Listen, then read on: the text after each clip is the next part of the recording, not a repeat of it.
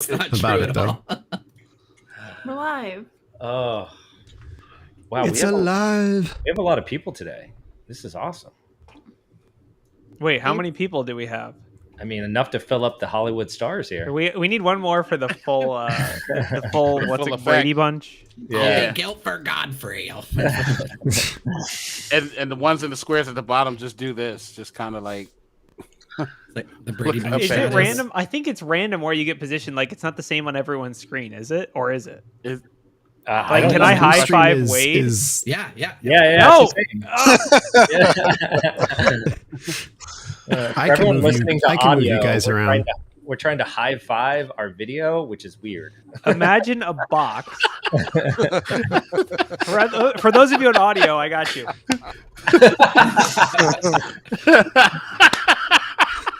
Oh my god, it is funny though because I'm sure some people listen to it, driving in the car or whatever, and we're like laughing about us trying to high five video squares here, and no one's getting it. For those on audio, a high five is a social gesture where you hold your hand up. And then someone else also, there's also, the social convention of too slow, down low. It's very confusing.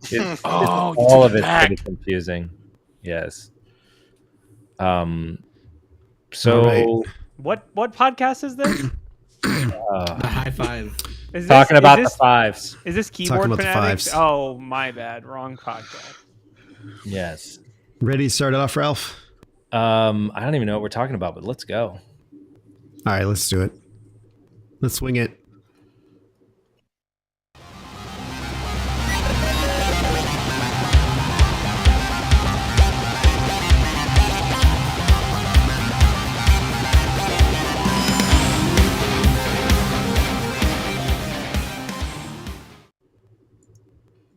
Welcome to Black Hills Information Security, talking about the news. I'm your host today, Ralph May, and we're joined by an all-star cast and almost celebrity stars. Who do we got here? We got BST Bandit. Thank you for joining. Oh, thank you for having me. Ow! We got Corey. I don't know how he got in here. We got Wade. We totally invited him. We got Ben. What's up, Ben? Hello. You haven't been on in a while. No, I've been doing work, been busy. Busy. Why? We, Not today, Terrible. we got Serena. Welcome again. And we got Ryan, who makes me sound good, I think, or look good. I'm not sure. All of that's not true. I edit you're things looking out that you say later on. Perfect. We got Mike. What's up, Mike? How's it going? It's going good. So no cybersecurity news. We're gonna close it out now. Nothing happened. All right, thanks for coming. Oh man, I am B straight. I am actually teaching a class right now. I haven't had a chance to look at any of these articles. So does someone else want to start off with some news that they want to talk about, or some crypto or security news? I think we can start off with Serena taking the stage on. Let's just get that out of the way, shall we, Serena? Let's leak some apps. Let's We should go talk full. about the elephant in the room. And we're just going right for the elephant, and I didn't even start it, so Ryan did. Yeah, let me pull up the article. So if you follow me on Twitter or TikTok, this weekend that I was specifically talking about an app that I saw on TikTok that had gone viral multiple times. And I've actually been talking about this application since May is when I did my first video about it, because I got the okay, perfect. You already got the article. Okay. The reason that it sounded suspicious to me is because the founder had been making videos claiming to be the first period tracking application to do end-to-end encryption. And this did not sound right to me. What app is this, Serena? This is called the Stardust Period Tracker. So the thing that bothered me about this was because she said that this end-to-end encryption would basically anonymize all of your data, but then if you listen to her closely, it was only your login data and not your actual data. And I had concerns on why they were storing your data if all of it was anonymized. and you're not paying for it, and they hadn't really been clear on how they were making money off the app, but they claim to not sell data, but they don't have a subscription or model or donations. So the whole thing was like very interesting to me with their, I think a lot of people heard end-to-end encryption and just was like, oh, it's encryption, like all my data's safe. And I was like, yeah, not necessarily. Especially if they're only encrypting your login information, but forgetting things like in their privacy policy, they specifically said like, one, they collect your IP address, they collect your mobile service provider information, they collect your unique device identifiers for whatever device you're using to log into the app. And I was like, all of that information can be tied to you that isn't necessarily tied to the login. I mean, it might be end-to-end encrypted, but what if the other end is shady? Right? Like, you're one end. What's the other end? If it's like, data mining, when you're just encrypting your data and it's still being mined, right? Right. So that was my concern. And then the problem is that they were like turning off comments on Instagram. They weren't answering any of my comments. Oh yeah. They Shadiness. weren't answering anything on Twitter. And then when they did come out with more information on Twitter, they're like, oh, we have an encrypted wall. And I was like, I've never heard of that before. Like, can you elaborate on what an encrypted wall is? Oh God. It's also astrology. Why do you need that? Like, Mercury's in retrograde. I'm gonna I'm not a huge astrology person. People get into it, but it is worth noting this is the #1 period tracking app on the App Store. So it's not just some random like small time like weird niche app. It's probably got millions of users. Yeah, these videos have millions and millions of views. Of course, my videos do not compare, and my tweets don't compare to the views that they're getting, and all these people are downloading it. But I was like, this still seems suspicious because like with end-to-end encryption, another example that I had brought up was like LastPass or OnePass. And I'm like, they offer end-to-end encryption for if you want to share across multiple devices, but they usually charge you like a premium fee for that, right? So I'm like, how are they making money? Yeah. They would not answer that question on how they're making money if they're not selling data, they're not taking donations, and you're not paying like a subscription fee or a fee for the application. Yeah, that sounds super fishy, right? Like there's no free lunch, whatever it is, right? So there's got to be some model or plan, right? Now, what that plan is, that's speculation, but it definitely should give you a cause for pause here to be like, well, what do they want then, right? Well, and if you compare them with other security or privacy focused applications like Signal or DuckDuckGo, they have all that information clearly available on their website, like how they encrypt the data, where the data is stored, how they make money, and all that. So like all that information on these privacy focused apps is available for people to ask questions, pick at it, look through it, and decide for themselves instead of just using like buzzwords like encryption, which can mean a bunch of different things. So that was my concern. And then luckily, BHIS ended up picking up this because it is the #1 period tracker on the App Store now, but I'm not convinced that it is as secure as they're leading on. And I would like to note that this is a small startup. They are VC backed. And there's only 3 people total at the entire company. So I was like, who's doing who's doing the coding and security stuff? And then you have like Google. They have that magic security wall, and it does everything. Encryption wall. But I have a How does question. it work? Do they just stick your information on the wall and then it just becomes encrypted? I think that's how technically. I mean, I'm not very technical, but it sounds legit. Well, and here's the other question is, are they keeping this off of, say, Europe's store if they're not going ahead and relating to GDPR? This is all US based. Yeah, but are they stopping people based on location if they're out in Europe? Oh, I see what you're from saying. downloading the app? If the app is still available in the European app stores, then it still has to go ahead and follow GDPR, I would think.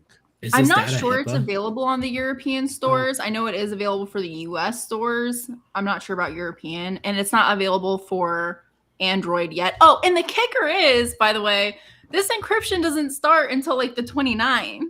So all these people are downloading the app and transferring their data over from their old applications to this new one, and this encrypted wall hasn't even started The yet. wall isn't even built. They We gotta haven't build the built the wall. wall? Not Oh my built God. yet. No, I mean the other thing people were getting frustrated about is it said their privacy policy originally said that they would comply with law enforcement or legal process requests, whether legally or not required. Like whether legally required or not. Like which you I don't ask know what nicely. I don't really know what that means. Does that mean like if I just send them a request, this was their original policy, which they changed like after, they got exploded on the internet.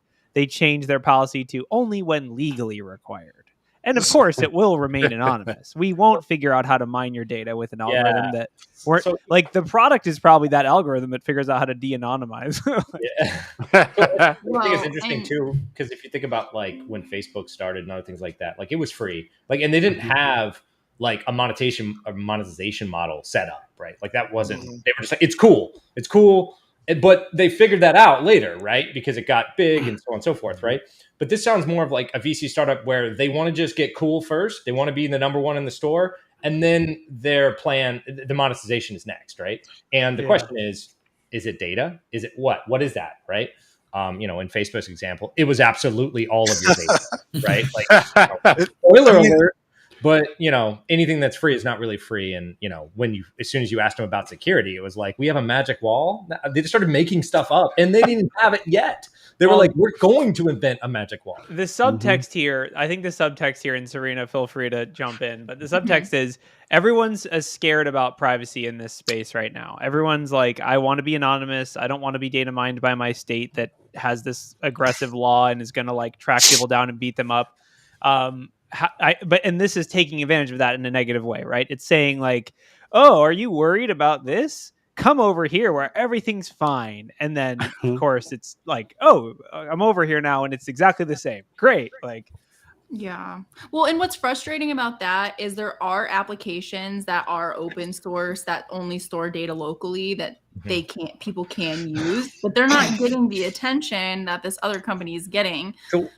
The two other points I want to make. One, I had archived their privacy policy and website prior to them changing anything on their website. So that's available on like way back. I put it on there. But then also number two was that they're like, oh, well, we want to keep your data so that you can share it with your friends. And I was like, and you upload your contacts, by the way, to this application so you can find which of your friends are on this application. Why? As a uterus haver, I don't want to share it, but maybe there's someone who does. incoming friend request from Texas. Do you approve? Maybe there's some family planning aspects that might be beneficial. Okay. However, the case here is where, well, what if they have your phone, right? Like, what if law enforcement had your phone? If it is only password protected, you cannot be compelled because of the Fifth Amendment, from my understanding, if it is a password. So you don't have to give them your password. But your friend who you've shared your information with does not have that same protection, right? So they would have to give that information if you shared it with them. And they're not clearly lining out that information either, which I feel like most people don't really know that. And especially like younger women probably don't know that. So these were my concerns. So, okay. Also, isn't there a native cycle tracking within the iOS health? Like, why do you need astrology added into it? Do you need someone to be like, you're going to be really positive this month. You're going to be really awesome. You're a Taurus and you can do this. Like, why does anyone need that? I guess is my question. Say what you will about Apple, but they've also like taken a stand against like denying access to users' data for like law enforcement or governmental overreach in general. I mean, going back to like the San Bernardino stuff years ago. Yeah. So, yeah. I don't know. Use the built-in stuff on your iOS device if you have one, or even I'm sure there's something on Android that, like Serena said, is local and is password protected and is not trying to mine your data for profit and sell you ads about all that stuff. I mean, timing apropos, right? But still, no matter what the app is, like you should question what they're collecting and what their purpose is, like as a business, right? Yeah, exactly. And people are totally going to take advantage of this, and everyone should be. People are going to take advantage of it's like anything else in cybersecurity. When news happens, people try to take advantage of it to pull users to their platform or to distribute malware, whatever they're trying to do, they'll take advantage of it for their own personal gain. And it sucks, but that's just the world we live in. Yeah. I would like to point out that there was another app that people were talking about called Flow.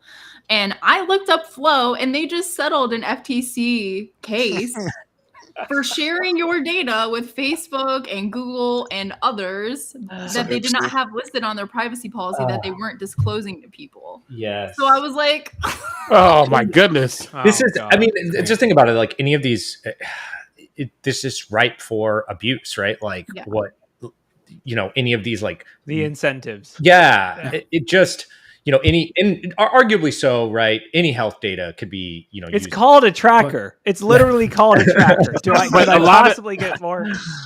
And a lot of it's already built. It's already built in, so it's kind of like extra software for, I guess, no reason, unless they're looking for extra features that the internal app doesn't offer. That's the only way I can see someone actually really like installing that software. If it's like, because there's some native apps in either Android or iPhone, and for example, with if you're like running or you're into physical fitness, and it's like you have your heart rate and everything else within the activity app, right? But you might need that. You might be looking for something a little bit more granular, more detailed. And I think that's where a lot of the third parties come in to download it. Even though they do majority of the same thing, it's always usually a user that wants to download it for like that one extra feature. Or the social aspect, right? Like on That a lot too. of those running tracking things, it's like an accountability tool. Your friend has ran 15 miles. Get your act together. Get out there. Get it together. But What's I mean, I don't know. But What's saying the that in a famous, robotic voice. The famous term, am I robotic? Am I good? No? No, No, you're good. Oh, I okay. hear. Okay. What's the famous term? If you don't know what the product is, you're the product. Yes, Right? exactly. So Yeah, I feel like that's this true. is just that right off the bat. It is interesting though, like you said, there's only 3 people working there. So I think that aspect Says a that lot. it's a startup, right? I will say I'm also interested in the astrology point. I know I've read several articles about how I'm wondering if the astrology is just marketing. That's just because more women are into astrology than men. So Yes. it's like Well, added feature. astrology is a feature, like Charles said. It's if you add that, it's like, oh well, Then they get it in. doesn't tell me that my prediction for the month. Like I need that, right? Like a lot of people want that kind of like positive reinforcement or like that kind of thing, which is a feature that gets people to put in all their data and then. Because it's got to be accurate. You got to put in your birth date exactly right, or if it's going to be the wrong. You need your you're gonna be- social. You need your dog. data. your social. Who said the social? It needs the time when you were born. Yes, Right, exactly. right. That's so creepy. Yes. And the doctor that held you. Your Like, birth weight and your birthstone, and yeah, exactly. Does this The data count as location HIPAA? of where you were born in some cases. Yeah.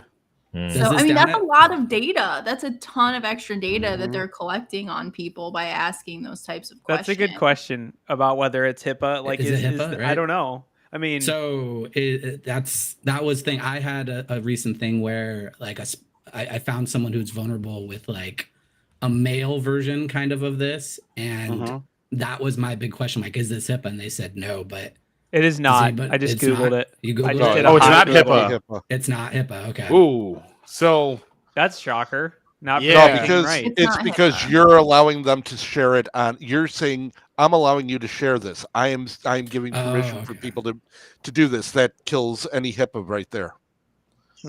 Yeah, that's correct. It's not HIPAA. And that was actually laid out in the FTC article that I read about Flow, is that these health apps that you are sharing all this health data with aren't under HIPAA like obligations. So, but they are still under the obligation to be truthful about who they're sharing your data with, just like everybody else, and what data they're collecting. Right. So- Hence the FTC fines. Right. And that's my concern about this application is like, I think they are violating FTC guidelines because they are not being truthful about what data they're collecting, how they're storing it, how they're making money.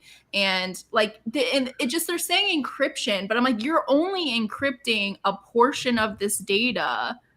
But you're misleading people to believe that all of this data is encrypted and that the data can't be de-anonymized, which we know is not true. Right. Those claims, the encryption wall. I mean, that's got to be fraud in and of itself. Like, I mean, that. Can you please prove what an encryption wall is? I'm gonna use that now for like the rest of the year, just like when It'd be like, I have an encryption wall.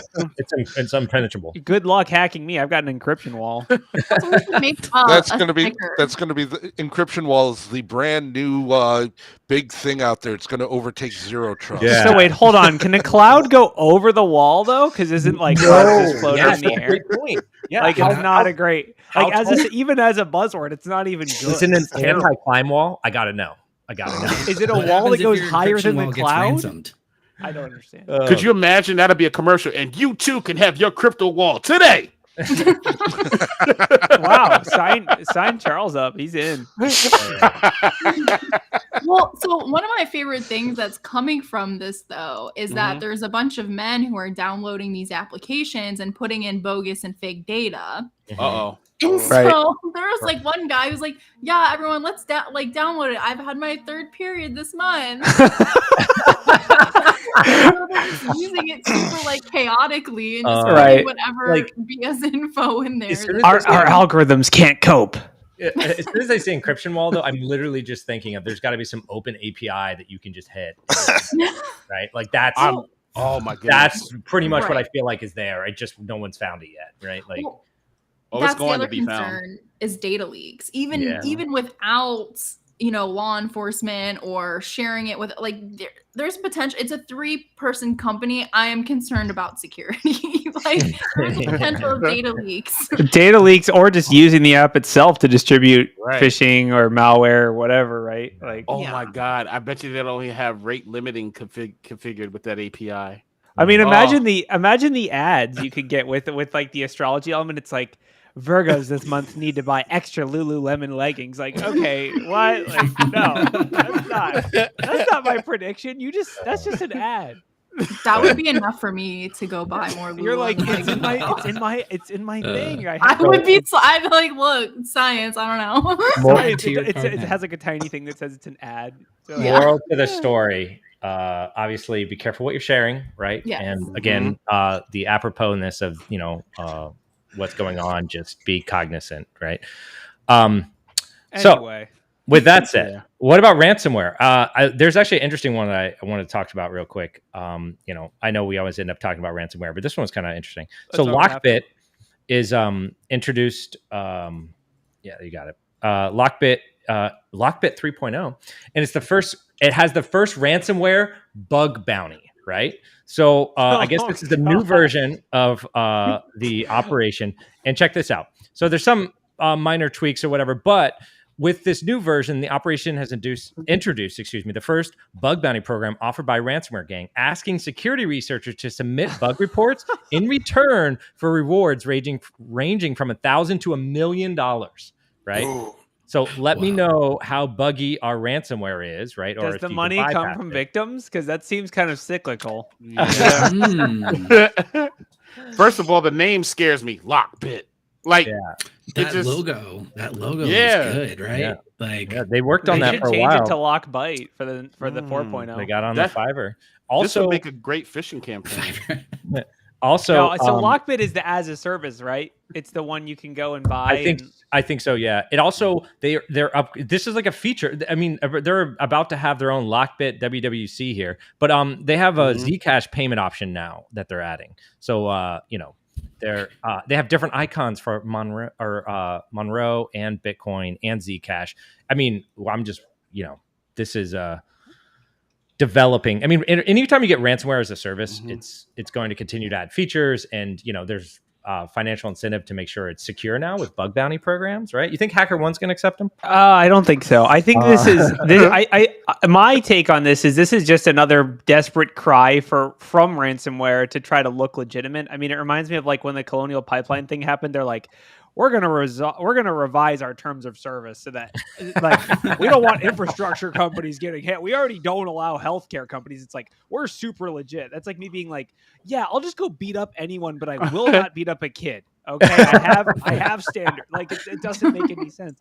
Like that, it's just a cry. I mean, honestly, it's kind of funny because it's like if someone did find a bug, they should not bug bounty it. They should be like, hey, everyone, there's a decryption key. Like, you know what I mean? Like, it's just so crazy. I think it's just a desperate cry for it's publicity. It's publicity for them and like trying to look legitimate when they're really just like some random, hackers. Yeah, it's funny though. They actually have like a whole categories for their bugs. So they have like website bugs, locker bugs, brilliant ideas. For doxing, it says, and I'm a little confused doxing about what bugs. this. Yes, no, hold on. Let me read this. We pay exactly $1 million, no more and no less, for doxing the affiliate program boss. Whether you're an FBI agent or a very clever hacker who knows how to find anyone, you can write us a tox messenger, give us your boss's name, and get 1 million in Bitcoin or Monero. That is insane.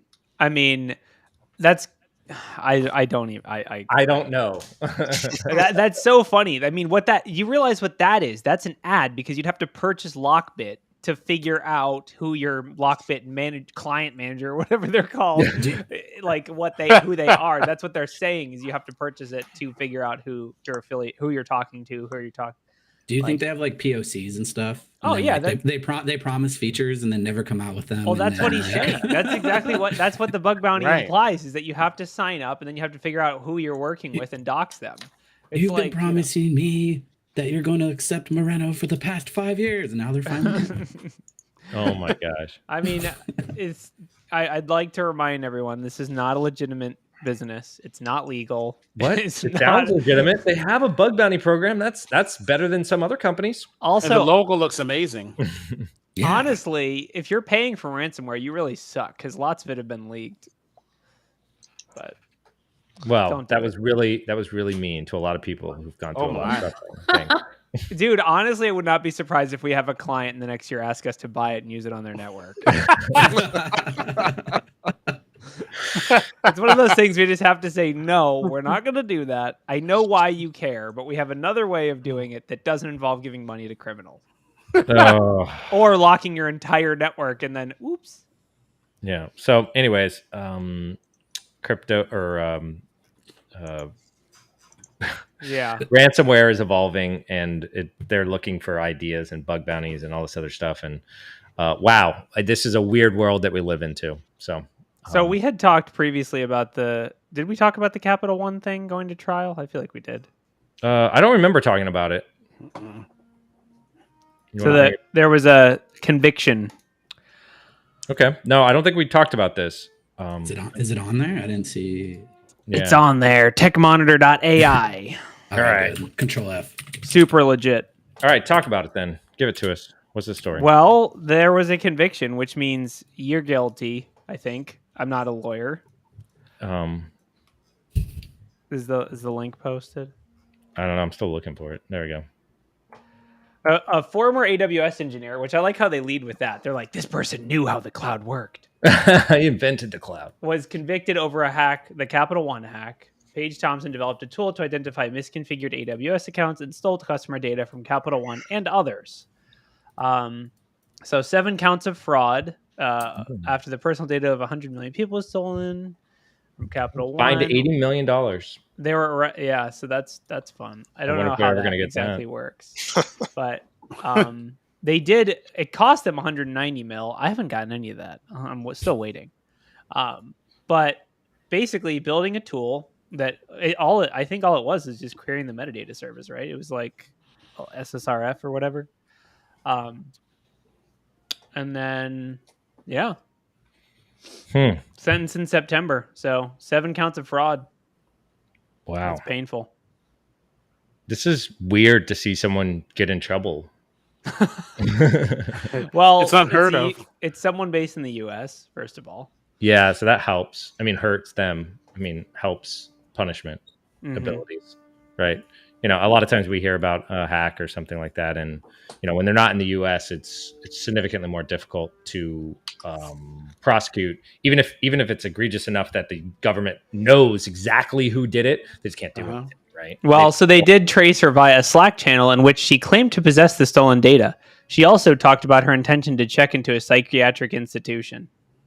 So wow. I don't really know how that plays into it, but they just threw that into the article as a little fun.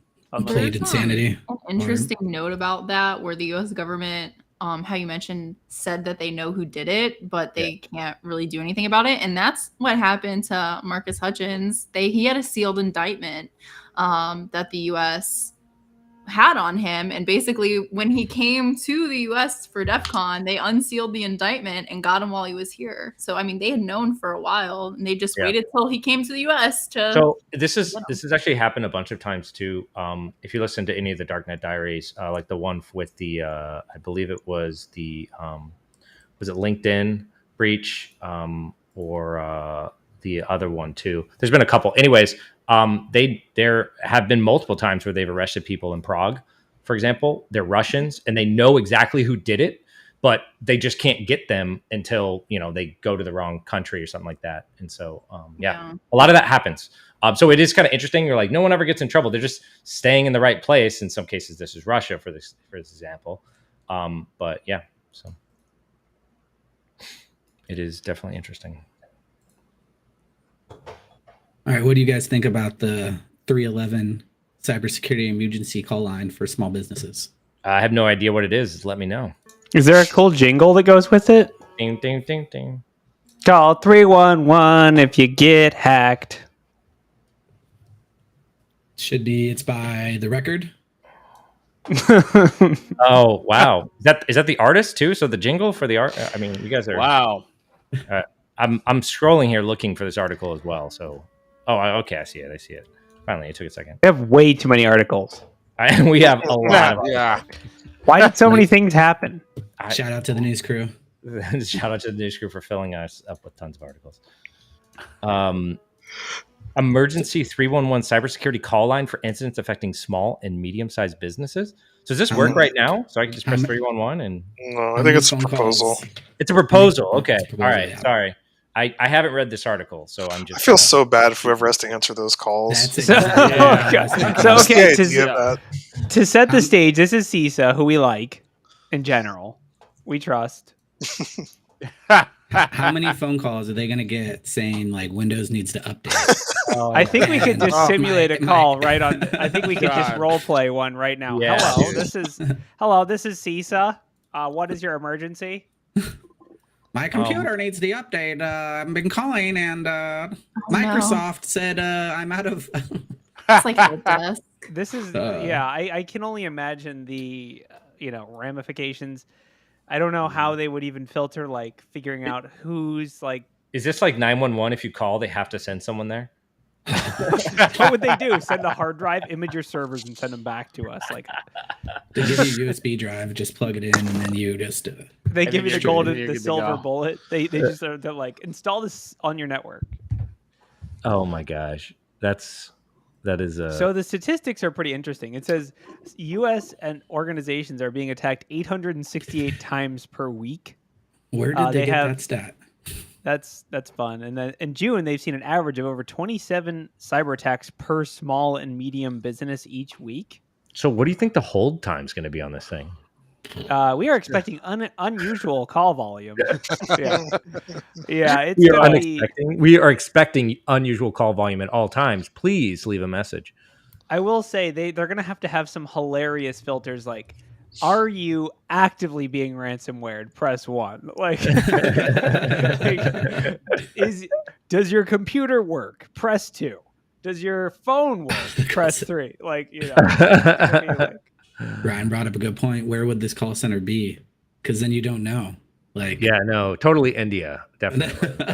The call center. No, I think the call center would have to be. This is probably government funded, right? Yeah. So I mean, I think the idea is the idea seems right. Well, right? what would they? Seems useful, but well, the question is, what would they do? Would they tell people what to do? Would they be like? Would they go into incident response and be like, "All right, turn off the internet at your whole company," or would they just? Is it just statistics reporting? I don't really know what they're. Would it be a good entry level security job for Reading people trying to get in? Reading through the article, at one spot they say that it's an emergency call line and clinics for assistance, but later on it says it's a push for more robust incident reporting. So are they going one way or are they going the other? If they're doing clinics, how are they doing clinics?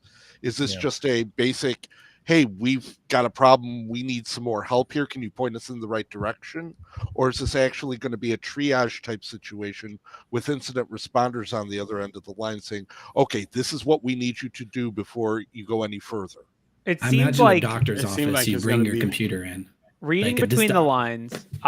Yeah, that'd be pretty funny. Bring your network in. Okay, we have 8,000 servers. But yeah, the subtext, like reading between the lines, this is my opinion, but it says, a tiny fraction are being reported. We don't even know what the numbers are. It seems more reporting statistics based than it is like a clinic. Although it would be pretty funny if it's like some, tier 1 level help desk person.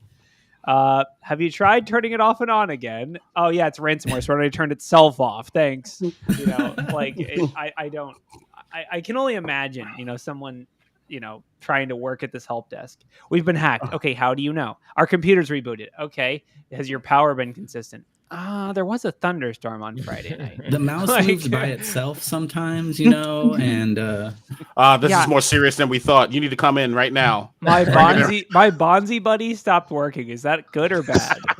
There was one time, so I used to work at Apple at the Genius Bar, and so you get like ridiculous stuff all the time. But there was one person that came in, and this is when the Do Not Disturb feature had come out on iPhone, and people would accidentally click it all the time and not realize that they clicked it, and they're like, "I'm not getting, my phone's not ringing when I'm getting calls." Yeah. And there was one time I was like, "Oh yeah, you have your Do Not Disturb turned on," so I turned it off, and he rated me 1 star because I solved his problem too quickly. Oh my god! And this was almost 10 years ago, and I still remember, and I'm still mad about it. That is annoying. He wanted you to like walk around in a circle with his phone, being like, "We will cleanse the chakras of the phone." Okay, let me plug in this diagnostic device. It just had phones. You're like, oh yeah. He's like, I drove all this way for it to just be solved in 5 seconds like that, and I was like, yeah. He The felt review dumb. said 1 Google star. exists. I am stupid. That's basically what the review said. You probably set off a whole wave of angry geniuses. Like, that happened to me too. I got the 1 star. I got the 1 star. Yeah, I guess phones have chakras. if you are job hunting and CISA is hiring for like information technology assistant or cybersecurity assistant, don't do it. You don't want to answer the phone. No one wants to answer these. No, phones. it's the perfect entry level. Imagine you triaging a million things. This is just pretty much like that SOC analyst who works at one of those MSPs, and you get all the initial stuff, and you hear everything bad ever, and then you go do an interview somewhere else and leave. That's what I would imagine the only good thing about this would kind of be, is it'd be a good entry level, get your foot in the door, and all you read is SOPs all day. Yeah, but you're assuming that they're actually reporting real breaches and not just like my computer rebooted and I think I got hacked. That's all part of that, but that's a good thing to learn how to do for a blue teamer, is to know the difference between one of those false positives and a real thing going on. That's true. That's true. So, all right, I flip. You're right. I go through all the day. I recant my statement. Everyone go work for CISA. And let me call you, please. Like, tell me when you're working, and I will call in and be like, "Hello, I've been breached. I think it's a virus." My encryption wall is down. It's down. So how did it happen? They probably don't want to talk to me. They'll be like, "This guy's too happy. Get him out of here. Let's get somebody. Get this." I need someone that sounds annoyed. Yes. It takes a long time to solve my problem. Do not solve. When I was working at TAC, I would be the engineer to pick up the call, and they would think I was like just supposed to be routing them, because I would answer and I'd be like, "Hey, like, what's going on? How can I help you?" And they're like, "I'm waiting for an engineer," and I'm like, "Oh, it's me." You found one. The help desk can be brutal, though. Like the support desk can be brutal. Those calls. Like and I got told this one time, "This must be your first day, because I can tell by your voice you're excited." I'm like, "No, I've been here for a while. I don't know how you do it, man. Can you please transfer me?" I'm like, literally, yeah. Said, "This must be my first day." Yeah, those calls are brutal. I will say it'd be interesting to see if companies just get rid of their help desk and they're just like, just use CISA. They've got it. You want your password reset? You want your password reset? Call CISA. You know, at that point, the wait time is going to be out the roof. Like, Press 6 if you're a government employee. Yes. Yeah. Your estimated wait time is 2.5 years. Your estimated wait time is 2.5 years. Talk about dwell times going up. Jingle, so you can like jam out to the hold music. Yeah. They'll just have Darknet Diaries going through the whole library as you listen. How long have you been on hold? I'm on episode 47. When does it start? 1. If you haven't taken your cybersecurity training, please hold. If you got phished, press 1 now. That was a test. You just got phished. Yeah, there's a thing that's like, enter your social security number now. And then if you enter anything, it's like, you have failed the security awareness check. Wow. That would be, yeah. Speaking of phishing, do you guys see the new clever phishing method for bypassing MFA? Again, we're doing it again.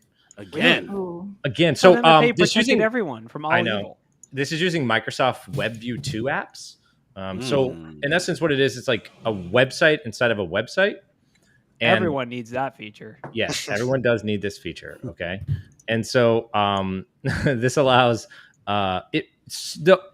So the weird thing about this is that it's a Microsoft Edge WebView 2 cookie stealer. So what happens is you still have to execute something on your host, right? So it's not necessarily like just a URL, but that opens up a page inside of a page, and they can capture the session data that already exists on your host, right?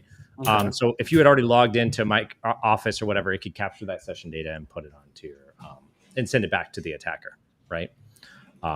So it's not quite as like easy as just sending a URL, but if the user's already logged in, as soon as they execute this, it'll open up a session, and if they're not logged in, it'll prompt for a login. If they are logged in, it should send the session data back to the attacker.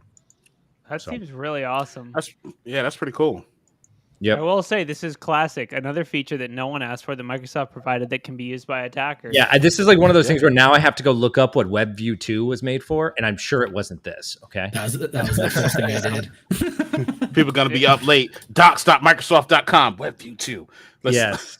So for everyone that's like, oh yeah, I totally needed that Kerberos ticket to be encrypted with RC4 for some reason. Is a POC already out for this, which I just put it in the chat here. And so in there you can kind of see the wonderful GIF of how it works, right? So you could make some executable that looks like a Microsoft Word update or something like that, right? And then go ahead and capture session data that way. I will say, if it has to be an executable, why don't I just do C2 instead? I might as well. Not that it isn't cool. Okay, so that's fair. Why don't I just do C2 if I have to make it an executable?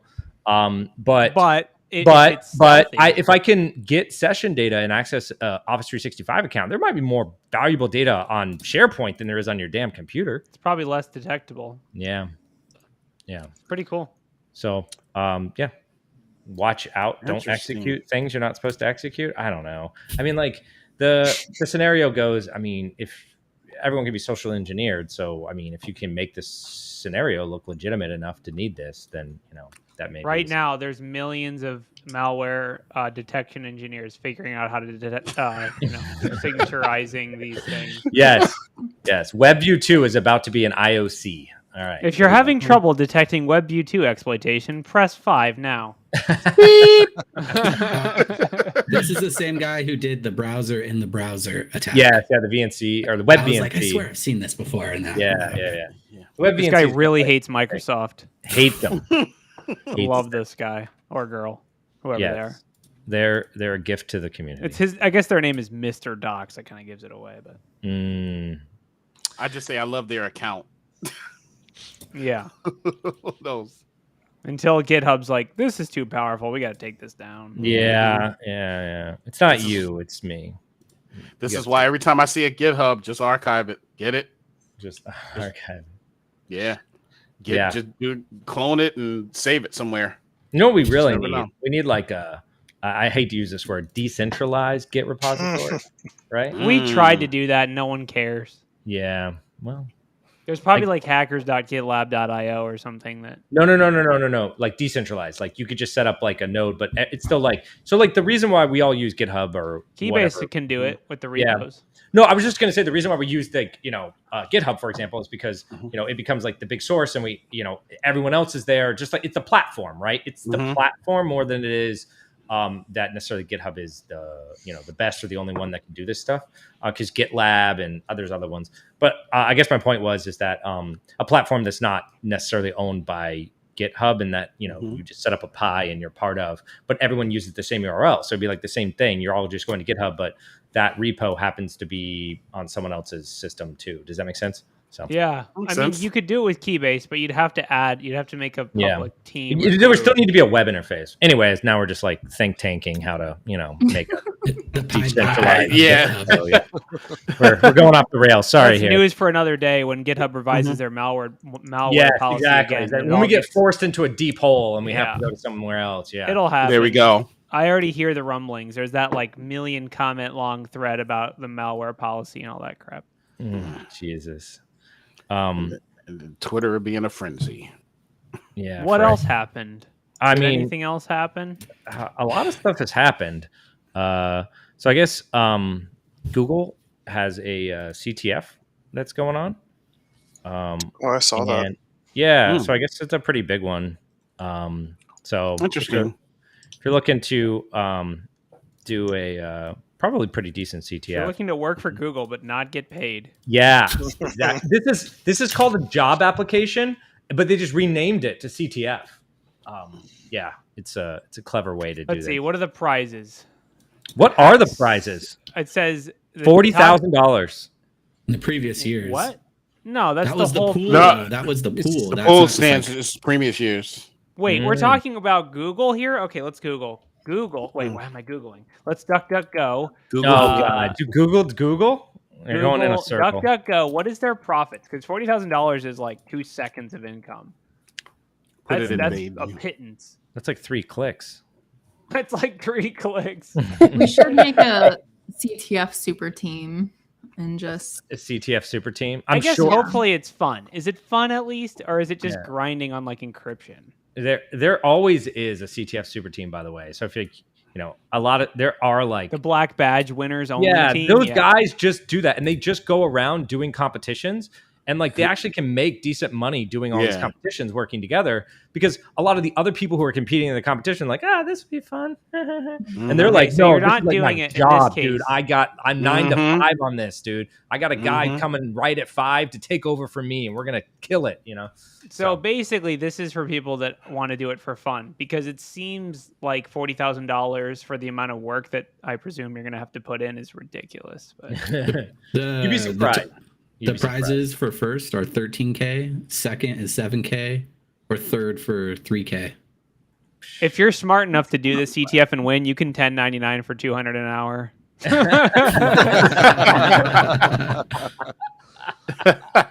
Just saying. I just want everyone to know that. Yeah. Once the prizes get up there, But I think it's more about fun and like, show street cred. Sure. It's resume building stuff, right? Like if you do a good write up and put it on your blog, and there's a lot of reusability in that. Yes, absolutely. How I solved this challenge, right? What if the challenge is just write a better version of Google search? You can't write a better version of Google search. It's the best. They have rewards for the best write-ups. They absolutely do. So yeah, CTF's going on. Do you guys see about this? I always love these ones. And sorry if you have a QNAP, but there is a critical PHP flaw in QNAP that exposes device to RCE attacks, right?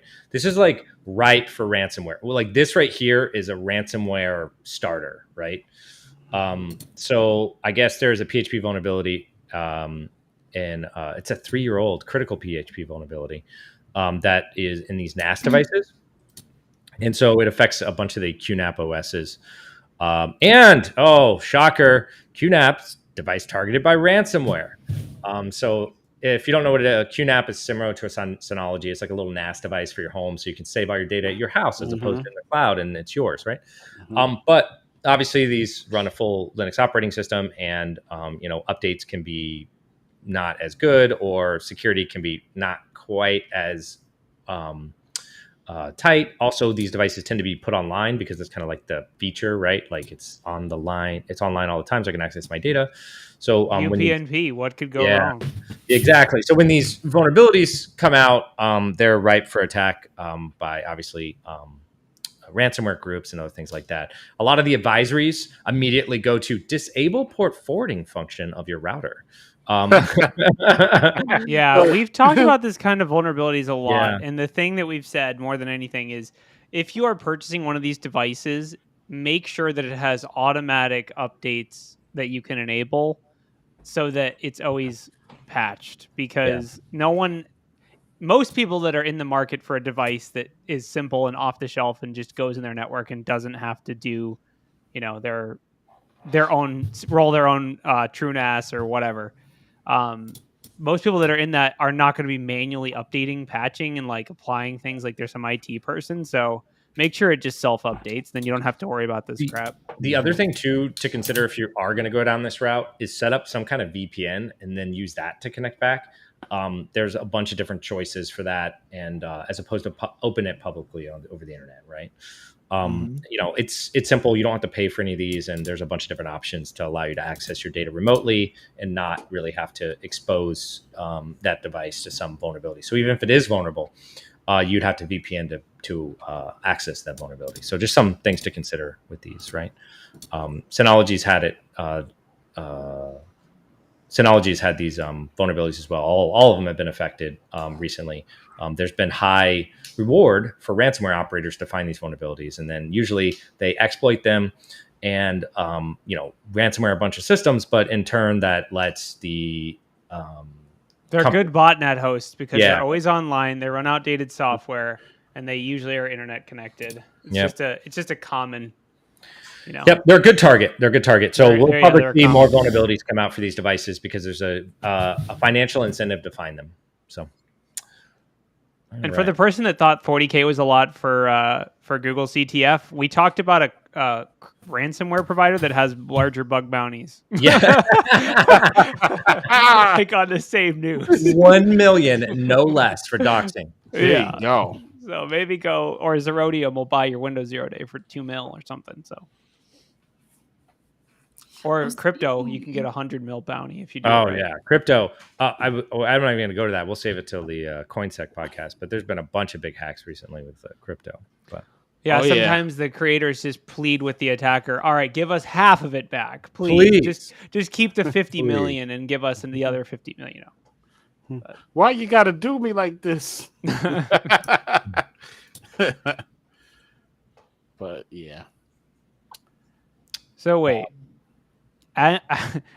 Italian spyware hacked Apple and Android phones? No. Mamma mia. All right. What's the last story? Last article, probably. Yep. The Japanese man who lost all the government data. Oh, that one too. I forgot about that one. Ooh. Okay, wait, we could do that one instead. Yeah. Who cares about hacking iPhones and Androids? But the way he even said it was just like intriguing.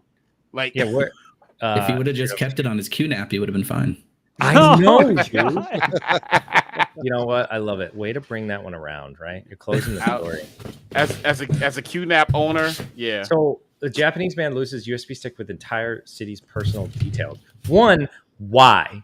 Does he have a USB stick that has all of the personal details of like this town? I'm honestly shocked it's a USB stick and not a bunch of papers, because knowing how Japan does things with stamps and old school like bureaucracy stuff, I'm surprised it wasn't like a bunch of dot matrix printed papers. Two, I'm shocked that this guy is free. Well, listen, getting drunk and doing stupid things is not illegal, all right? Do you think it was like a big tech stock and that was it? Just like a Oh no, it was 8 definitely a gig USB Microsoft drive. Access. It was an MDB. I'll put money Oh on my it. goodness. Oh my gosh. Yes. Excel It was just one document. big Excel document. So Yeah. I guess he was out drinking, got too drunk, and someone stole his bag with this USB stick. He had transferred the personal information of the entire city's residents onto the drive on Tuesday evening before meeting colleagues for a night on the town. And so I guess it included names, birth dates, address of all city's residents, including more sensitive information, including tax details, bank account numbers, and information on families receiving Social Security. So, okay, what is the flow here? Wait, hold on. Because- Hold so- on. Important part here. City officials said the data contained on the drive is encrypted and locked with a password. It's probably password. No, it's a password protected spreadsheet. That does not count. Okay. Okay, wait. Okay, hold on. So here's my question. So, okay, dude goes out drinking, gets drunk, gets his bag stolen, wakes up, realizes, does he tell the city? Okay, so he's like, I messed up. That's probably what happens, right? But why do they go public? Why are they like, if you stole a bag, make sure you don't open this spreadsheet? Like, I don't, like, are they just, or is it required that they disclose this maybe? Or I'm not really sure, but it's just funny to me that they would publicize it, because if most people, if they just stole a random person's bag and it had a USB, they'd be like, plug it in. Oh, there's no like money wallet.dat. Okay, throw it away or whatever. You know, like they wouldn't care. But now there's this article that says someone stole a bag and it has all of the government's information on it. Now I'm like, all right, how do I use Hashcat? How do I get it? Like, you know, I just, it's, I feel like announcing it, unless it's required by law that they announce data breaches or whatever, it's such a bad thing to do, because now whoever stole it knows they have something that's actually really valuable, where before they're probably just like, oh, I don't care about this old dude's you know, whatever crappy file you know, Excel documents or whatever. I mean, like, but who still like carries around USB drives to like move every single person in that city who stole a bag that day is just like looking for a USB drive. They should have used the SharePoint list, honestly. I think that would have. I will say, if you have this, I bet you I can tell you how to crack it. No, I'm just kidding. He's not, but he is. This is just that's. wild, I mean, though. like someone mentioned, companies need a flash drive policy in place. That's a great point. Why was he allowed to just copy all the data onto, you know? Why did the city have all that data? I smell an inside job. Well, the city would need the data for like tax administration or other things. Why like, does he need it on a USB drive anywhere? Probably to bypass an air gap, which someone else said, right? Yeah, like someone else said, like there's like a secure air gap during system. certain hours, and he needed to work on it in the evening or something. Yeah, dude, you know how it is. You gotta if you're gonna open up like a 2 gig Excel or Microsoft Access database, like you might want to be a little bit intoxicated for that, because you do not want to do that sober. It all makes sense. It's all come together. It's all coming together. So what are the lessons here? First, you should have some kind of USB, not just policy, but some kind of control to prevent USB devices from just... Second, you should use something centralized in the first place that isn't a document that contains everything. Like SharePoint. Unless you want it to be ransomware, just like SharePoint. You should totally use SharePoint. It's not an Abyssian nightmare to find your files 10 minutes after they were uploaded. God. The search just pivots to the next article where SharePoint can now get hit and ransomed. No way. That's impossible. Well, honestly, I feel like SharePoint has been ransomed by Microsoft because it's just impossible to find anything anyway. Yeah, but you can't leave because you can't find it, right? Like you could lose it. That's why you can't leave SharePoint anymore. They got you in. Like, honestly, if Microsoft contacts you and says, we can show you where your files are on SharePoint, pay 200 Bitcoins, I think a lot of companies would do it. I believe it. So what is this? Is this just a, like, basically there's an API endpoint or something that lets you encrypt or protect so I think on or SharePoint there's a way to encrypt your own files. So assuming that you were a malicious attacker and you were able to access this, you could actually encrypt the files in SharePoint with a built-in functionality, so you don't need to make your own ransomware. Right. And then you could technically just do the other piece, right? Which is like, I have the key, ha ha ha, all your files are encrypted, thanks Microsoft, and it costs XYZ to get the key back. That is fascinating and terrifying. Fascinating? I don't know how to Fascinating. I don't. tyrannizing. I don't know.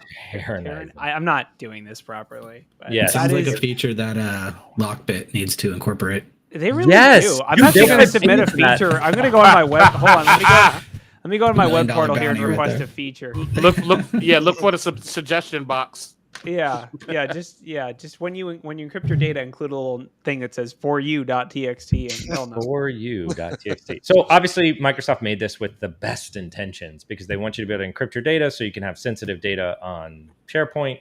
But obviously if the wrong person takes over your account, then they could use that to ransomware you. So encryption's bad. We just got to turn it off. Built-in ransomware. That's awesome. Yeah. Thank you, Microsoft. I mean, a Thank cloud native ransomware, that's got to be in the marketing materials for Lockbit now, right? Like, Yes, cloud native. Yeah. They should put that on there. They should put that on their page. Lockbit 3.0, the first cloud native ransomware. They use blockchain too, so it works perfect. You know, They do. can't They detect use- you. They can't detect it. But every ransomware does that. How many are cloud native? Yes. They only Special support ingredient. SharePoint right now, but they're looking for Google support next. That's coming up in version Oh, 3.5. Right. Oh no. ETA 2023. So disable this if you're not using it, because I can imagine that somebody might try to use this against you if they get the right kind of permissions, right? So wait, so it's abusing the autosave feature, right? So if you turn that off, am I just going to lose all my reports that I was trying to write, but then my computer crashed because it's running Microsoft Windows? Yes, to everything you said. Oh god. So basically it's one of those situations where they either if you disable this feature, you could lose legitimate business documents, and if you leave it enabled, then you could, get the old fun ransom point, whatever we're calling it. Ransom point. ransom point. Ooh. Sounds yeah. like Okay, a that's my new trademark. ransomware. No one take that. I'm going to No one sell take that. it. He's working on it right now. I have Ransom- a new. Get I'm a sure I logo, can- do you hit think I can- Fiverr. Does anyone think I can get VC funding for ransomware? I'm thinking like a backwards R with the P on it, right? Oh, Ransom yes. point. And ransom Corey No. starts his new VC-funded 3-person company. with a VC very funding. What's your business bad model? policy. What's your business Oh model? my god. Yeah, Astrology here's and the, ransomware. what's your business model? Crime. Crime. That's my business model. It's just crime. It's very simple what we do here. It's crime. That's how we make steal money. money. Your We- crime with the moon phases. Yeah. That's true. Your only future hack says in your the right files may be moon. lost. You can only steal from Gemini this week. Make sure they're Gemini. That's okay. I can use the API. Let me query the Stardust API. I can find all the Gemini's email addresses, birth Oh my date. gosh. Oh gosh. Thank you, Microsoft. And thank you guys for showing up today. It was fun. We got to talk about some good stuff. So I guess let's shoot this down with fire. Bye. Let's go. Have Bye, a good guys. week.